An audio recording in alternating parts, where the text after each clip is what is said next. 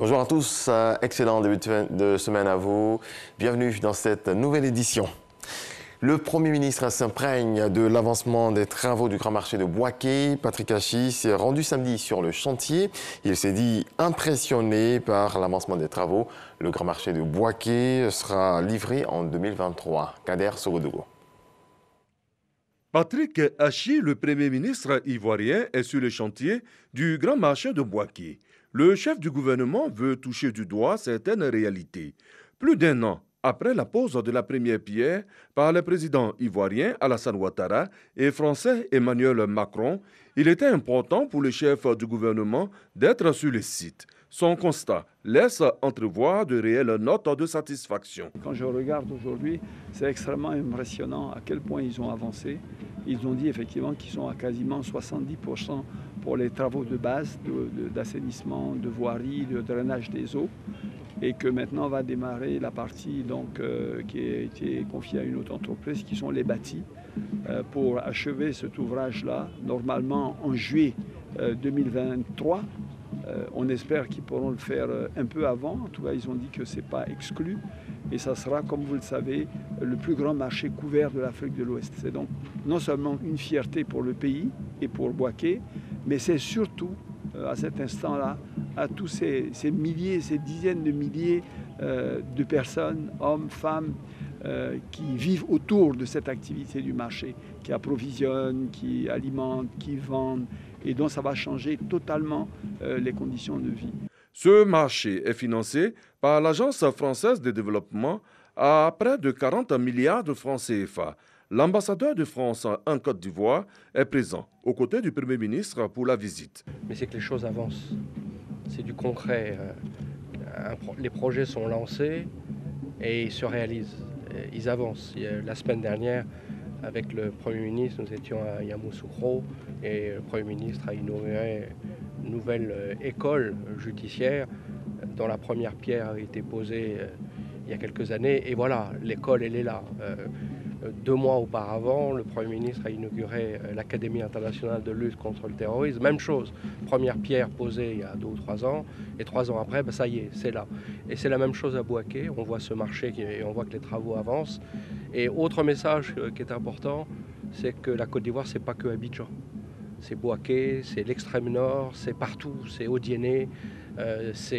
Et ça, c'est important, de penser à la Côte d'Ivoire de manière globale, de penser au développement de manière globale sur l'ensemble du territoire. Le Grand Marché de Bouaké est bâti sur une superficie de 9 hectares. Patrick Hachi, avant de quitter Bouaké, est allé saluer les braves commerçantes du marché de Bromakoté-Bouaké. Il y avait de la joie et du bonheur dans l'air. C'est demain la fête de la Tabaski, appelée également la fête du mouton. Pour son approvisionnement en bétail, la Côte d'Ivoire peut compter sur un partenaire sûr, le Burkina Faso. À l'approche donc de cette fête, les camions se succèdent depuis le pays des hommes intègres. C'est le constat de notre reporter Kader Sogodogo qui nous conduit sur la route du mouton de Bobo Dioulasso à Abidjan en passant par Ouangolodougou. Suivant. Poste de douane de Ouangolodougou.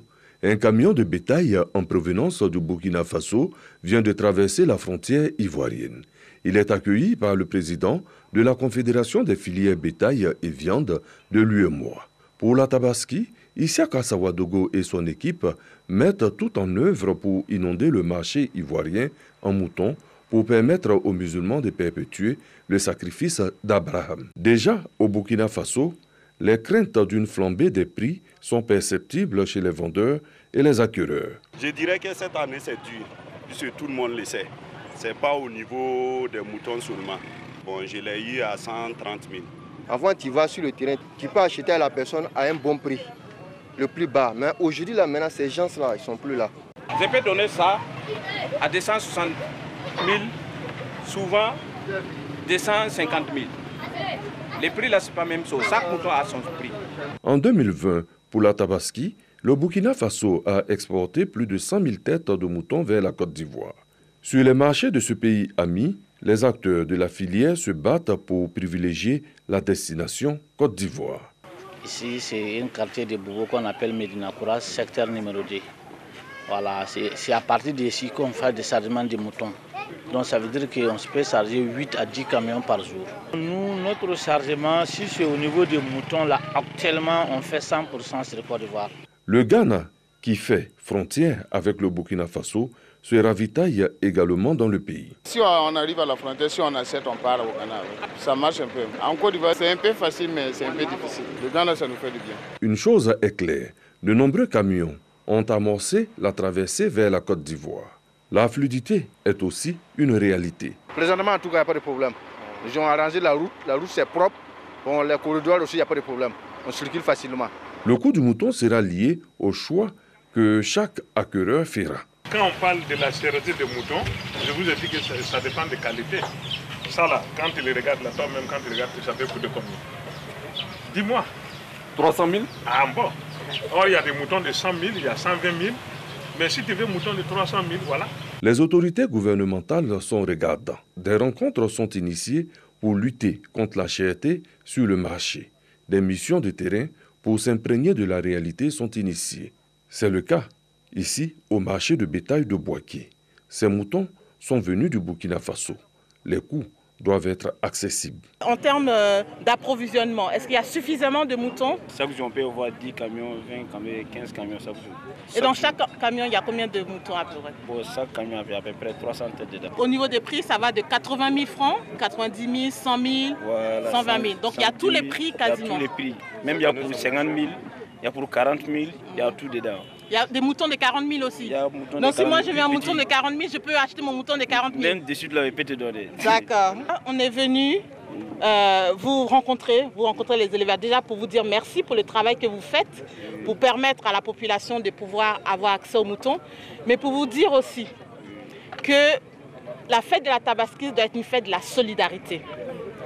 Vous devez être solidaire des populations, solidaire des Ivoiriens, en leur permettant d'avoir accès aux moutons à un prix abordable. Il faut que la fête soit gagnante pour tout le monde.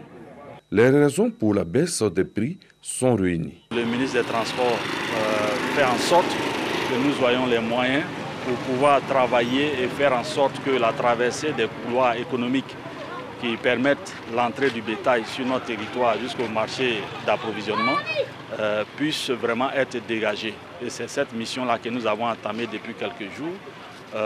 Nos équipes iront jusqu'aux frontières justement pour faire en sorte que la traversée de la frontière et le parcours tout le long du corridor Abidjan-Ouangolo, Abidjan-Ouagadougou soit vraiment fluide en ce qui concerne la portion ivoirienne. Pour réussir la Tabaski 2021, acteurs de la filière bétail, commerçants, responsables de la fluidité routière et Conseil national de lutte contre la vie chère ont signé un pacte, celui de dire non à des augmentations abusives. Toute autre chose à présent, sans la paix, il n'y a pas de développement possible. Un message de la Fédération pour la paix universelle à l'endroit des populations de la ville de Dabou. Message lancé à l'occasion des préparatifs des assises du sommet mondial sur la paix prévu à Abidjan en 2022. Sephora Zegui. La paix n'est pas un vain mot, c'est un comportement. La Fédération pour la paix universelle veut s'inspirer de cette maxime de feu le président Félix Houphouët-Boigny pour faire la promotion de la paix dans la région des Grands Ponts. C'est au siège du Conseil régional des Grands Ponts que Akasaye Lazare, président de cette association, est allé sensibiliser les femmes et les jeunes sur le rôle de la paix dans le développement local. La famille, nous disons, c'est la première école de la paix et de l'amour. Parce que l'amour aussi, il est primordial dans la paix. Sans amour, il ne faut pas rêver. Et enfin, nous disons qu'on ne fait pas la paix tout seul. Il faut coopérer. C'est un partenariat entre gouvernants, gouvernés, enseignants, enseignés, parents, enfants. Et ça s'élargit. Mais en tant qu'individu, la première condition, c'est de mettre Dieu dans son cœur. Daniel Cesse, le président du Conseil régional des Grands Ponts, se félicite du choix de sa région pour le lancement du premier sommet régional sur la paix. Il encourage les jeunes et les femmes à être de véritables artisans de paix. Nous avons une région où il y a tout, potentiellement tout.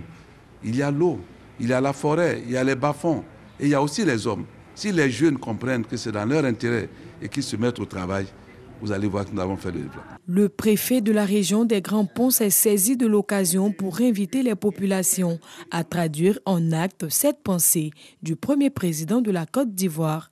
La Fédération pour la paix universelle Côte d'Ivoire nous invite tous à agir dans notre quotidien pour rendre réelle, effective cette paix, fondée sur une interdépendance évidente afin de parvenir au développement dans notre localité. Un panel a permis aux élus, aux représentants des jeunes et des femmes de donner leur vision de la paix dans la région. Ce sommet régional sur la paix qui se tient à Dabou vient en prélude au prochain sommet mondial sur la paix prévu à Abidjan en 2022 qui portera sur le thème « La paix, interdépendance et développement local » organisé par la Fédération pour la paix universelle. Une nouvelle villa pour Jean-Roch Kwame Eboni, Super Eboni 2009. C'est le ministre de la Communication, des Médias et de la Francophonie qui l'a rendu possible. L'ancienne maison du journaliste a été détruite avec plusieurs autres lors d'une opération de démolition de l'emprise de l'autoroute de Grand Bassam. On voit cela avec Isaïo. Le 9 février 2021, une quarantaine de maisons ont été démolies sur l'emprise de l'autoroute de Grand Bassam. Au nord de cette déguerpie se trouvait le journaliste Kwaku Kwame, connu sous le nom de plume de Jean-Roch Kwame. 5 mois après, le ministre de la Communication, des Médias et de la Francophonie, Amadou Coulibaly, permet au Super Eboni 2009 de retrouver le sourire. Une villa d'une valeur de 46 millions de francs CFA lui est offerte à Modeste sur la route de la ville, patrimoine mondial de l'UNESCO. Je vais saisir l'occasion que vous m'offrez pour dire un grand merci à Monsieur le ministre. Un grand merci au Premier ministre et un grand merci au chef de l'État, le président Alassane Ouattara. C'est grâce à eux qu'aujourd'hui nous sommes en train de célébrer ce moment de joie. Pour la construction de la maison, une convention est donc signée entre Jean-Roch Kwame et la société Chiavone Group Italia Construction. Le promoteur immobilier s'est dit heureux de se mettre au service des personnes en difficulté. Donner la maison à un journaliste de Côte d'Ivoire, c'est un honneur. Pour moi, donner quelque chose à la personne, c'est un plaisir de corps. Ce n'est pas intéressant de les valeurs, c'est le geste pour nous que c'est important. Quand tu sais, un pays, pour moi c'est un nouveau pays qu'on connaît. Arriver ici et faire quelque chose pour l'autre, c'est très important. Le maire de la commune de Grand Bassam, Jean-Louis Moulot, salue l'action posée en faveur de l'Eboni 2009 et plaide pour les autres victimes. Le ministre Amadou Coulibaly précise que son geste ne consiste pas à réparer une injustice, mais plutôt un acte de générosité et de solidarité. Il indique que la démolition des maisons sur l'emprise de l'autoroute de Grand Bassam répond au respect de la loi afin d'éviter l'anarchie. Je voudrais ici saluer la solidarité et la fraternité de tout le monde de la presse. Au-delà de l'acte de solidarité, il y a également la récompense du mérite. Parce que, ne l'oublions pas, Jean-Roch Kwame est Super Eboni, Eboni des Ebonis, le meilleur des meilleurs. Il était donc important dans la poursuite de la politique du chef de l'État qui, au-delà donc, de la promotion de la solidarité à travers donc, son programme de gouvernement, la Côte d'Ivoire solidaire, a mis l'excellence au cœur de son action. Jean-Roch Kwame rentrera en possession de sa maison clé en main en 2023. Et dans le reste de l'actualité, le président de la République démocratique du Congo et président en exercice de l'Union africaine, Félix Tshisekedi, a entamé depuis le 15 juillet une tournée en Afrique de l'Ouest. Son périple l'a conduit successivement au Ghana, en Guinée et finalement en Guinée-Bissau. La situation au Mali, les relations difficiles entre le Guinéen Alpha Condé et son homologue Umaro Sissoko Embalo ont été évoquées au cours de la rencontre entre les présidents Tshisekedi et Embalo. Merci de nous avoir suivis. C'est la fin de ce point de l'actualité. Excellente journée à vous.